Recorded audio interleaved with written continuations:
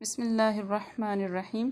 جیسا کہ ہم حروف کلکلہ کی مشق کر رہے ہیں تو یہاں پہ قاف، اس صورت میں قاف ساکنہ ہو تو کلکلہ ہوتا ہے، دال ساکنہ ہو تو کلکلہ ہوتا ہے، اور با ساکنہ ہو تو چلیے ہم اس جو ہے نا وہ صورت کو جو ہے نا وہ کلکلہ کی مشق کے لیے پڑھتے ہیں۔ بسم اللہ الرحمن الرحیم۔